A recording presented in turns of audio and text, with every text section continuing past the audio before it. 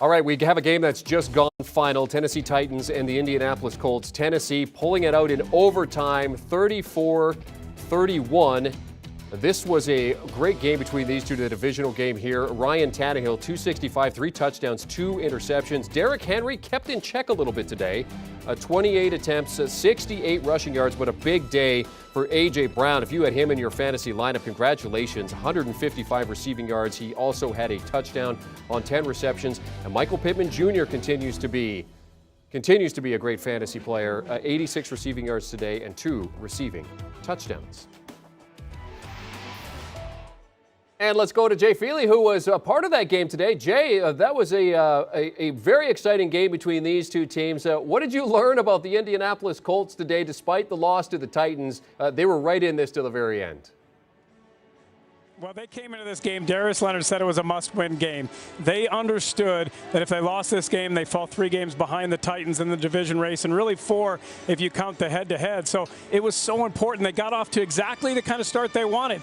They get off to a 14-0 start, and they aren't able to hold it. A couple of plays by Carson Wentz down the stretch, a couple of interceptions that led to this loss. And it's a game I think the Colts look back and say, we should have won this game. We had an opportunity. We held Derrick Henry in check, and we weren't able to make the plays when we had the opportunities to win that game. Okay, so what did we learn about the Titans today? Because obviously, you know, the saying is good teams know how to win ugly. I don't know if I'd call this an ugly win for the Titans. They were right in it. The Colts, a very good football team. But what about the Titans in this game going to 6-2? Well, no win is ugly. They're all beautiful no matter how well you do it. But when you have a game where Derrick Henry, your stud, your star, is held in check, and you think the other team, if they do that, they have a great chance of winning, and you find a way to win the game. You make the plays defensively when you had to. You get pressure on Carson Wentz. You force him into a couple of turnovers, and then you make the plays offensively, whether it was A.J. Brown right after the fumble that they recovered, hitting him right away and getting him to a tie game, or was A.J. Brown in overtime, getting them into position to kick the game-winning field goal. And a guy like Randy Bullock coming through when they needed him most, and at a position that Tennessee over the last couple of years has really struggled to have stability at. I think they're showing a lot of resiliency in this Tennessee Titans team. A.J. Brown had himself a good day. Michael Pittman had himself a good day. Jonathan Taylor had himself a good day in terms of production and fantasy points and whatnot. But, Jay, which of those players really impressed you the most? Or was there another player that caught your eye and impressed you today?